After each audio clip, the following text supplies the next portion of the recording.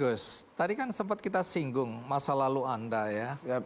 Tadi Anda, saya nggak tahu bercanda atau tidak, pernah jadi marbot, ya, pernah jadi tukang kebun. Tapi yang saya dengar kan jadi tukang becak juga, Ya. gagal dalam usaha, bangkrut. Ya. Dan nanti saya akan tanyakan sejarah bagaimana sampai kemudian Anda bisa bikin pondok pesantren, tapi Anda juga atau mertua Anda pernah malu punya menantu seperti Anda. Iya. Sebenarnya nggak heran ya. Iya. Tapi kita masuk dulu ke tukang becak, itu benar itu? Iya. Jadi saya dulu berangkat ke Jogja tidak mendapatkan transferan dan wesel dari bapak ibu saya. Saya cuma bilang, Pak, Bu, saya berangkat ke Jogja, saya kuliah. Loh, biayanya dari mana? Cukup ibu kirim saya doa setelah sholat. Fatihah saja setiap habis sholat. Tapi ingat ya Bu, ya cukup Fatihah, jangan pakai Yasin, saya bilang. Bablas ntar kan. Lah, karena di Jogja saya nggak punya tempat tinggal, saya di masjid. Iya. Disinilah saya belajar memahami kebinekaan, kemajemukan, dan pluralisme. Saya orang NU, tinggal di masjidnya orang Muhammadiyah. Sebagai James Bond, jaga masjid dan kebun. Nah, saya sering ditanya, ada masalah nggak Gus tinggal di masjid orang Muhammadiyah? Nggak ada. 4 tahun setengah. Lah, untuk mencukupi kebutuhan saya pernah menjadi pedagang asongan. Aksesoris, kayak gantungan kunci, peniti, di alun-alun utara Malioboro. Itu selama beberapa saat. Kemudian saya pernah narik becak sekitar 6 bulan. Bahkan sampai saya jadi pengurus paguyuban becak kota Yogyakarta. Akhirnya saya berhenti dari becak, cari aktivitas yang lain. Oke, jadi Anda pernah jadi tukang becak itu benar? Benar, fakta. Maka kenapa di pondok ada becak? Karena untuk mengingatkan saya kepada masa lalu saya.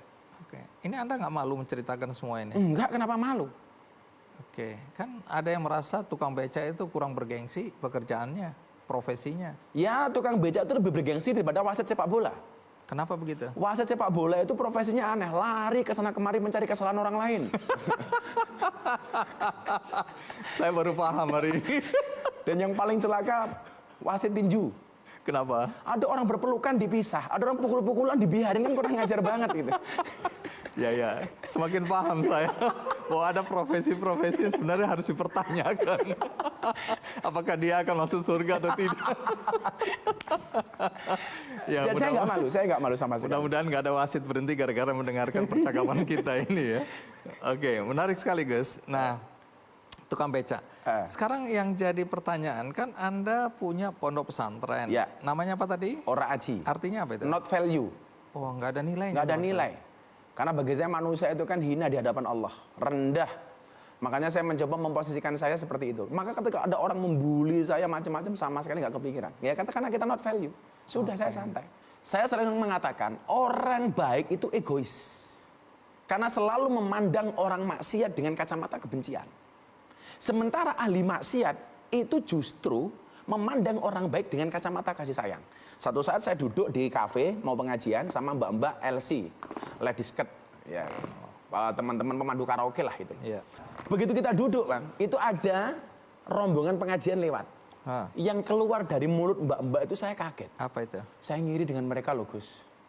Malam-malam gini kita mabuk pegang botol, mereka datang ke tempat pengajian. Bahkan ada yang berebes, Mas Mili. Waduh.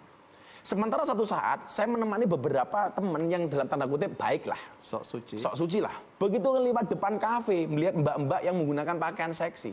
Walaupun menurut saya tidak seksi sih, salah kostum saja lah. Gitu. Mereka mengatakan apa? Dasar ahli maksiat, malam-malam begini malah penuh dengan kemaksiatan. Oke, Coba. ini perspektif ya, sudut pandang. Sudut pandang. Yang ahli maksiat memandang orang baik dengan penuh rasa cinta. Yang dianggap baik memandang orang ahli maksiat dengan penuh kebencian. Jadi Anda sekarang menempatkan diri pada sudut pandang seperti ini tadi ya? Iya, bagaimana maka saya mengatakan kepada mereka. Bekas preman, Ya. penyuh narkoba. Maka saya sampaikan kepada mereka, pada akhirnya surga itu akan ditempati oleh ahli maksiat yang mau bertaubat. Bukan orang yang sok suci, namun pada akhirnya tersesat. Oke, menarik. Lebih baik ahli maksiat yang khawatir dengan kemaksiatannya, daripada orang yang banyak amalan tapi sombong dengan amalan.